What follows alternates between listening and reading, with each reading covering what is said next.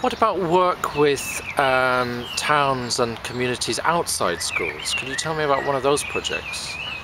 Yeah, of course. The big project that we've been working on in recent years is a project.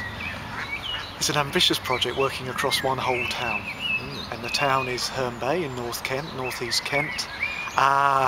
So if we thought we were ambitious working in 3 primary schools, we were even more ambitious, thinking that we would take the same philosophy that we work with the school, so about sharing what was good about a place, good about the community, and celebrating that, but working across one whole town.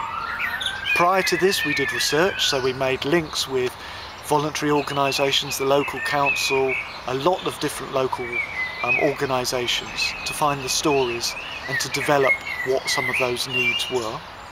But we didn't want to start the project from a negative. So there were needs around volunteering, around bringing different people together in a community. But we wanted to start, this project was about what was positive about a place. So often projects focus on an issue and a problem and react to that, and what we wanted to do was focus on what were the good things around the town. Let's talk about and celebrate what good things that people do, from volunteering, from social action, from those small little day-to-day things to heroic feats of courage. We wanted to tell those stories, and we wanted to use those stories and the way of telling those stories, a way of bringing people together. So a number of our aims were around neighbourliness and trust. They were around reducing social isolation. They were around participation, especially arts participation. And they were around volunteering.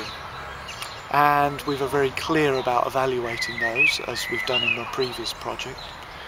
And how we would do that was starting small and starting grassroots. And one of the key things was by talking and listening, and mainly listening. Walking around town, working with a project manager and our artist in residence, and listening, understanding, speaking to people, but on a face-to-face basis, having cups of tea with people, meeting people in cafes and in shops, and understanding about a place, and growing out of that a number of different projects. So out of that we started with 4 small projects, from Age Concern doing books around friendship, working with an illustrator, from a youth group working with a cartoonist and illustrator, doing stories about their own lives, to adults' mental health issues, working with a film company, making a film about kindness and compassion, how they saw it and around the community. It started in those small ways and then grew into a public programme of over 90 free events and workshops, working with poets, working with artists, working with the local museum, we did a lot of things with cakes. Cakes seemed to run through it all, so with food. So these were artistic, they were creative things, but they weren't po-faced and preachy. They were down to earth, and they were things that people could get involved with. And we also worked with every single primary school and the secondary school in the Herne Bay.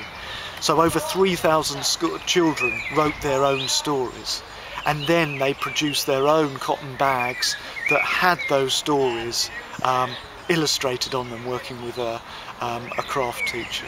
So we worked with every sports club, the youth groups. We worked with over 32 local community partners, and that came together in a big exhibition across a number of shops, in the local museum and gallery, and then a number of different events as well. So we had a film showing in the local theatre, we had a bingo night, we had different photography workshops which showed, and a photography exhibition which were done by local people. It's their own photographs.